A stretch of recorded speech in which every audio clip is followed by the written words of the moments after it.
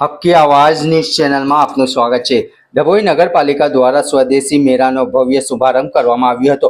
સ્થાનિક કારીગરો દ્વારા તૈયાર કરાયેલી વિવિધ ચીજ વસ્તુઓ આ મેળાનું મુખ્ય આકર્ષણ બની રહી છે। ધારાસભ્ય શ્રી શૈલેષભાઈ મહેતા દ્વારા સ્વદેશી મેળામાં મુલાકાત સાથે ખરીદી કરી સ્થાનિક કારીગરોને પ્રોત્સાહિત કરવા સ્થાનિક નાગરિકોને ખાસ અપીલ।